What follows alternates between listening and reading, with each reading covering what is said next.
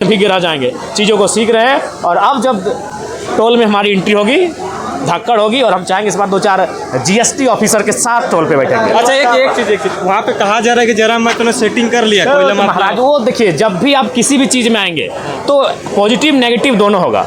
आप अगर ये सोच के जाएंगे कि नहीं हमारी सिर्फ प्रशंसा होगी, हम जाके अवैध कोयला कारोबारियों के खिलाफ हो गए हैं, हम सिंडिकेट के खिलाफ हैं, तो ये आप वो सोच के नहीं जा सकते। आपका तुरंत वहाँ नेगेटिव भी होगा, उसके लिए आपको तैयार रहना चाहिए। जयराम जी, आपको जान का खतरा भी है क्या?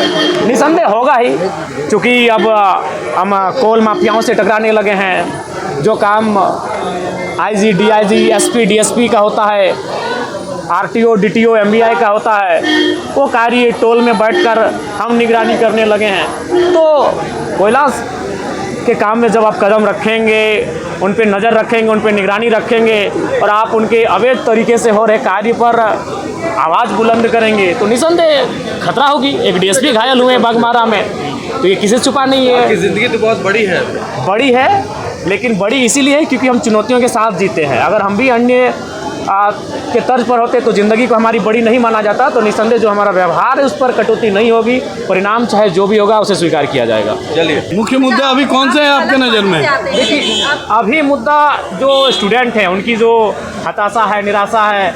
आज कई छात्रों का प्रतिनिधिमंडल मिलता है, विगत कई वर्षों से उनके डिपार्टमेंटल एग्ज़ाम नहीं हो रहे हैं, उनमें बहुत सारी त्रुटियां हैं, गड़बड़ियां हैं। कई आयोग हैं जिनके अध्यक्ष नियुक्त नहीं किए गए हैं। तो छात्रों की समस्याएं सदैव सरपरी रही है। उसके बाद आती है आम जनमानस की समस्या, और आम जनमानस जो समस्या से प्रताड़ित हो रही है वो भू संबंधित हैं। आज राज्य सरकार को चाहिए कि वो भू संबंधित समस्याओं का निदान त्वरित करे।